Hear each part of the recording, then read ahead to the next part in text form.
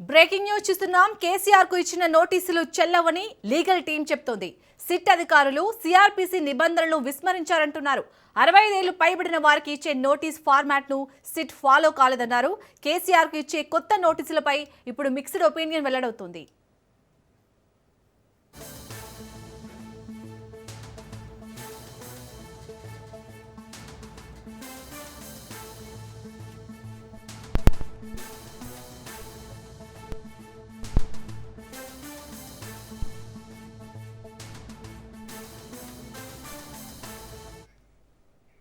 కేసీఆర్ కు ఇచ్చిన నోటీసులు చెల్లవని లీగల్ టీం చెప్తోంది.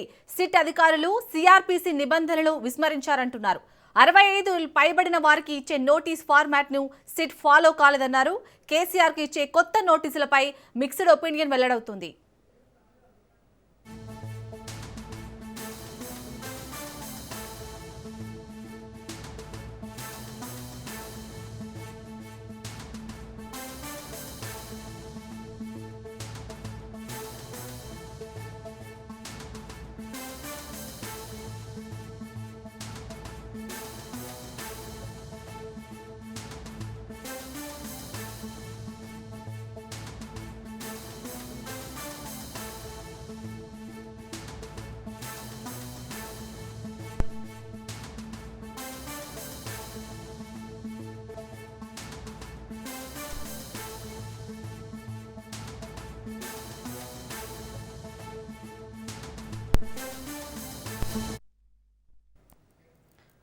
నిన్న ఫోన్ ట్యాపింగ్ కేసులో కేసీఆర్ కి అయితే సిట్ అధికారులు ఏవైతే నోటీసులు ఇచ్చారో అవి చెల్లవని అయితే లీగల్ టీం చెప్తోంది. దీనికి సంబంధించి పూర్తి డీటెయిల్స్ ని మా బ్యూరో చీఫ్ రాజరెడ్డి అందిస్తారు. రాజరెడ్డి, లీగల్ టీం మాత్రం నిన్న ఏవైతే నోటీసులు ఇచ్చామో కేసీఆర్ కి సంబంధించి అసలు అవి చెల్లవు అని చెప్తుంది. మరి ఇప్పుడు రెండోసారి నోటీసులు ఇవ్వబోతున్నారు సిట్ అధికారులు. సో ఎలా ఉండబోతుంది అనుకోవచ్చు? అసలు ఈ విచారణ అలాగే ఇప్పుడు ఇచ్చే నోటీసులు ఎలా చూడాలి వీటిని? అయితే నిన్ననే మొత్తానికి నోటీసులు ఇచ్చారు. ఆ నోటీసులకు కూడా కేసీఆర్ వివరణ ఇచ్చారు. ఎందుకంటే మున్సిపల్ ఎన్నికలు ఉన్నటువంటి నేపథ్యంలో నేను ఒక రాష్ట్ర పార్టీ అధ్యక్షుడిగా ఉన్నాను బీఆర్ఎస్ సంబంధించి. అదేవిధంగా నాకు ఎన్నికలు ఉన్నాయి కాబట్టి రాష్ట్ర అధ్యక్షుడిగా ఉన్నాను. ఈ యొక్క నేపథ్యంలో నేను ముందస్తు ప్రోగ్రామ్స్ ఉన్న నేపథ్యంలో నేను ఈ యొక్క సిట్టు విచారణకు రాలేను, మరో తేదీని ఏమన్నా ఉంటే చూసుకోగలరు అనేది కూడా కేసీఆర్ లేఖ రాశాడు. అంతేకాకుండా లేఖలో స్పష్టంగా చెప్పాడు ఆయన.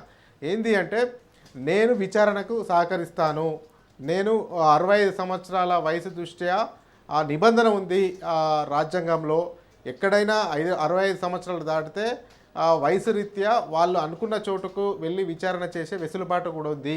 అందులో భాగంగానే మీరు నా ఫామ్ హౌస్కి రండి, ఫామ్ హౌస్లోనే నేను స్టేట్మెంట్ ఇస్తానని కూడా కేసీఆర్ పేర్కొన్నారు.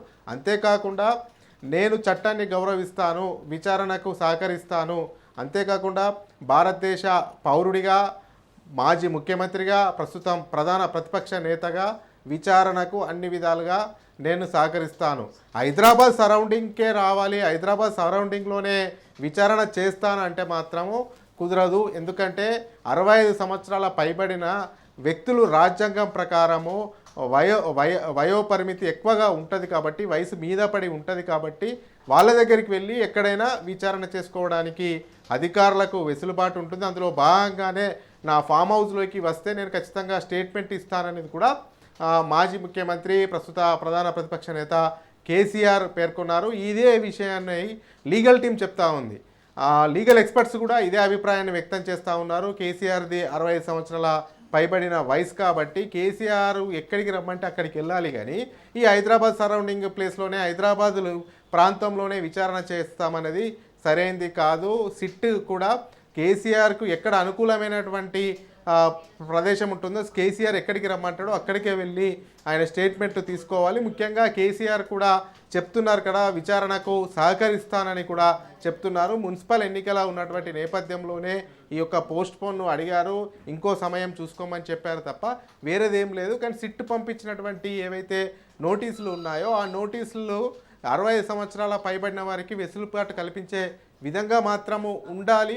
65 సంవత్సరాలు పైబడినటువంటి వాళ్ళు ఎక్కడికి రమ్మంటే అక్కడికి వచ్చేసి ఆ స్టేట్మెంట్ తీసుకునే విధంగా ఉండాలనేది కూడా లీగల్ ఎక్స్పర్ట్స్ బీఆర్ఎస్ సంబంధించినటువంటి వాళ్ళు అభిప్రాయం వ్యక్తం చేస్తున్నటువంటి పరిస్థితి కనబడుతుంది. అయితే మొత్తానికి ఈ యొక్క నోటీసులు అయితే రాజకీయ కక్ష సాధింపు చర్యగా ఇటు బీఆర్ఎస్ అభివర్ణిస్తూ ఉంది. ఎందుకంటే మున్సిపల్ ఎన్నికలు ఉన్నటువంటి నేపథ్యంలోనే వరుసగా ఈ యొక్క నోటీసులు ఇస్తున్నారు. అందులో భాగంగానే హరీష్ రావు, కేటీఆర్, సంతోష్ రావు, ఆ విధంగా కేసీఆర్ కూడా ఇలా మొత్తానికి కూడా మున్సిపల్ ఎన్నికల్లో బీఆర్ఎస్ను డిస్టర్బెన్స్ చేసే విధంగానే రాజకీయ కక్ష సాధింపు చర్యల్లో భాగంగానే ఇదంతా జరుగుతూ ఉంది. ప్రతిపక్ష పార్టీ పైన ప్రతీకారం తీర్చుకునే విధంగానే కాంగ్రెస్ ప్రభుత్వం అడుగులు వేస్తుంది. అందులో భాగంగానే ఈ వరుసగా నోటీసులు ఇస్తున్నారు. అసలు కేటీఆర్ అయితే ఇది ఒక కేవలం లొట్టపీస్ కేసు అనేది కూడా అంటున్నారు. ఇదంతా కూడా కావాలని చేస్తున్నారు. ఏ కేసు అయినా కానీ నిలవదు. అంతేకాకుండా గతంలో ఈ కార్ ఫార్మా రేస్ కూడా లొట్టపీస్ కేసు లాంటిదే, ఇప్పుడు ఇచ్చిన కేసు కూడా అలాంటిదే.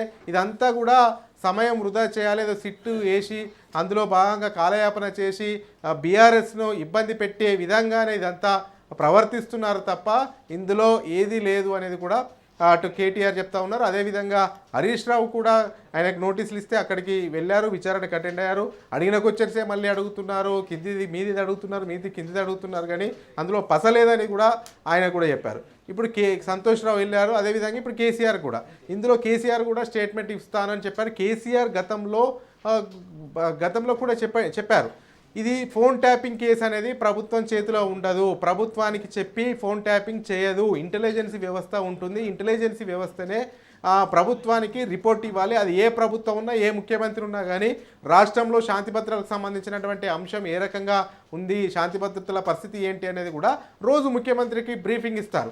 వాళ్ళని మేము ఫోన్ ట్యాపింగ్ చేసి తెమ్మని మేము చెప్పాం. వాళ్ళు ఏం చేసుకుంటారో మాకు తెలియదు. ఆ పోలీస్ డిపార్ట్మెంట్కి సంబంధించినటువంటి ఉన్నతాధికారులు ఏం చేసుకుంటారో మాకు తెలియదు. అందులో భాగంగానే వాళ్ళు ఎక్కడి నుంచి ఇన్ఫర్మేషన్ తీసుకుంటారు, ఏ రకంగా ఇన్ఫర్మేషన్ తీసుకుంటారో కూడా తెలియదు.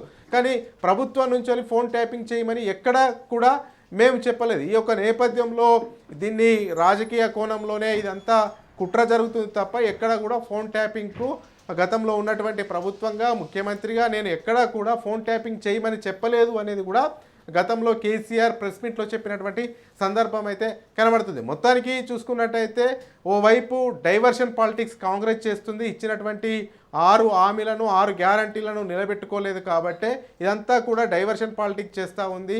ఇచ్చినటువంటి హామీల మీద ప్రజలు ప్రశ్నిస్తూ ఉన్నారు. అంతేకాకుండా కాంగ్రెస్ ప్రభుత్వంలో పెద్ద ఎత్తున అవినీతి తాండవం చేస్తుంది, పెద్ద ఎత్తున అవినీతి జరుగుతుంది. ముఖ్యమంత్రికి మంత్రులకు మధ్య గ్యాప్ ఉంది. ఇదంతా కూడా ప్రజల్లోకి వెళ్తుంది. ఈ యొక్క నేపథ్యంలో పూర్తిగా కాంగ్రెస్ ప్రభుత్వం ఫెయిల్యూర్ ప్రభుత్వంగా ప్రజల్లో ముద్రపడింది. అదేవిధంగా రైతు భరోసా ఇప్పటివరకు ఇవ్వలేదు, రైతు రుణమాఫీ పూర్తి స్థాయిలో కాలేదు.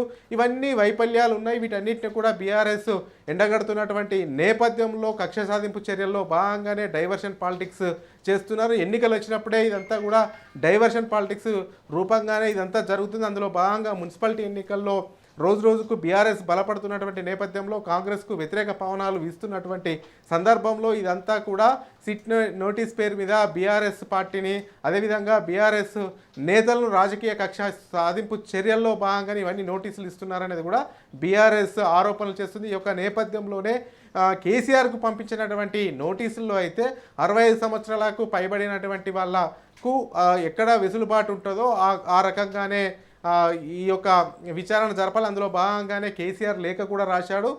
ఫామ్ హౌస్లోకి రావాలి, ఫామ్ హౌస్లోకి వచ్చే మీరు విచారణ చేయాలి, మీకు వెసులుబాటు ఉన్న రోజే మీరు రాండి. నేనైతే ఈరోజు 3 గంటలకు కేసీఆర్కు నోటీసులు ఇచ్చారు విచారణకు రమ్మని. కానీ ఈరోజు చివరి డేటు నామినేషన్లు వేయడం వల్ల నేను ఒక బీఆర్ఎస్కు సంబంధించిన రాష్ట్ర అధ్యక్షుడిగా ఉన్నాను, పార్టీకి మాజీ ముఖ్యమంత్రిగా ఉన్నాను కాబట్టి అభ్యర్థుల ఖరారు ఇవంతా ప్రక్రియ ఉంటుంది కాబట్టి మరో డేట్ పెట్టుకోమన్నాడు. మరో డేట్ కూడా ఇచ్చి ఫామ్ హౌస్లో ఉంటాను, ఫామ్ హౌస్లోకి వచ్చి విచారణ చేసుకోండి, నేను స్టేట్మెంట్ ఇస్తానని చెప్పారు. అదేవిధంగా సిట్ నుంచి అయితే హైదరాబాద్ పరిసర ప్రాంతాల్లో ఎక్కడ అనుకూలంగా ఉంటుందో ఆ రకంగానే అనుకూలమైనటువంటి ప్లేస్ చెప్పండి, అక్కడికి వచ్చి చెప్తామని విచారణ చేస్తామని సిట్ చెప్తుంది. కానీ సిట్ను లీగల్ టీం లీగల్ టీం మొత్తం రాంగ్ ఉంది. ఎందుకంటే ఇది 25 సంవత్సరాలు పైబడిన వాళ్ళు ఎక్కడికి రమ్మంటే అక్కడికి వెళ్ళాలనేది మాత్రం బీఆర్ఎస్ సంబంధించినటువంటి లీగల్ టీం చెప్తున్నటువంటి పరిస్థితి అయితే కనబడతా ఉంది. రాజిరెడ్డి, మీరు అన్నట్టు నిన్న కేసీఆర్ సిట్కి ఇచ్చిన రిప్లై లేఖలో కూడా ఎర్రవెల్లి ఫామ్ హౌస్కి ఏవైనా నోటీసులు పంపివ్వండి, ఇక్కడే విచారణ చేయాలని చెప్తున్నారు. బట్ ఒకవేళ కనుక కొత్తగా ఇచ్చే నోటీసుల్లో హైదరాబాద్ లోపల మాత్రమే మీరు ప్లేస్ ఎంచుకోవాలి అని చెప్తే అప్పుడు బీఆర్ఎస్ లీగల్ టీం ఎలా ఎదుర్కోబోతుంది ఈ అంశాన్ని? ఖచ్చితంగా ఇదంతా కూడా లీగల్ టీం అయితే తప్పుపడతా ఉంది. ఎందుకంటే మాజీ ముఖ్యమంత్రిగా ఉన్నాడు, ప్రస్తుతం ప్రతిపక్ష నేతగా ఉన్నాడు. అదేవిధంగా 65 సంవత్సరాలు పైబడినాయి. 65 సంవత్సరాలు పైబడిన వాళ్లకు రాజ్యాంగంలో ఒక వెసులుబాటు ఉంటుంది.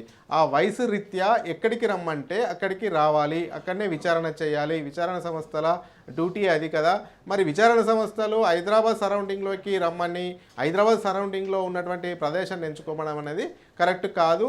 కేసీఆర్ ఎర్రవెల్లి ఫామ్ హౌస్కి రమ్మన్నాడు కాబట్టి ఎర్రవెల్లి ఫామ్ హౌస్కే వెళ్ళి విచారణ చేయాలనేది కూడా బీఆర్ఎస్ లీగల్ టీం చెప్తున్నటువంటి పరిస్థితి అయితే కనబడుతుంది. ఒకవేళ మళ్ళీ ఈరోజు సిట్ నోటీస్లో కూడా ఇదే హైదరాబాద్ సరౌండింగ్ ప్రాంతం అంటే కూడా మరోసారి లీగల్ ఎక్స్పర్ట్స్ బీఆర్ఎస్ ముఖ్య నేతలు భేటీ అయ్యి మరి తదుపరి కోర్టుకు వెళ్ళే అవకాశం ఉంటుందా, లేకపోతే విచారణకైతే నేను సహకరిస్తానని మాజీ ముఖ్యమంత్రి చెప్తున్నటువంటి పరిస్థితి కనబడుతుంది. అయితే విచారణకు సహకరిస్తా అంటున్నాడు కానీ వీళ్ళేమో సిట్ నుంచి మేము చెప్పిన ప్లేస్కు హైదరాబాద్ సరౌండింగ్ ప్లేస్కి రావాలని సిట్ చెప్తా ఉంది. లేదు ఎర్రవెల్లి ఫామ్ హౌస్కి రావాలనేది కూడా కేసీఆర్ లేఖ రాశాడు. ఈ యొక్క నేపథ్యంలో ఒకవేళ మళ్ళీ సిట్ ఈ రోజు కూడా నోటీసులు ఇద్దామనేది కూడా సిట్టు మొత్తానికి నోటీసులు ఇవ్వడానికి సిద్ధమవుతుంది. ఆ నోటీసులో మళ్ళీ హైదరాబాద్ పరిసర ప్రాంతాల్లోనే విచారణకు రావాలని చెప్తే మాత్రం ఖచ్చితంగా ఇది లీగల్ టీము మొత్తము లీగల్ టీము భేటీ అయి లీగల్ ఎక్స్పర్ట్స్ అభిప్రాయం కూడా తీసుకునే అవకాశం ఉంటే అందులో భాగంగానే కోర్టుకు వెళ్ళడమా లేకపోతే కార్యాచరణను ప్రకటించడమా, ఇది అంతా కక్ష సాధింపు చర్యలని పెద్ద ఎత్తున ప్రజల్లోకి తీసుకెళ్లే అవకాశాలు అయితే కనబడుతున్నాయి. మొత్తానికైతే మరోసారి కనుక సిట్ సేమ్ నోటీసులు ఇస్తే మాత్రము ఓవైపు ముఖ్య నేతలతో అదేవిధంగా బీఆర్ఎస్ లీగల్ టీంతో భేటీ అయి ఫైనల్గా ఏం చేయాలనేది ఒక నిర్ణయానికి వచ్చే అవకాశాలు అయితే కనబడతా ఉన్నాయి. Right, thank you Raj Reddy.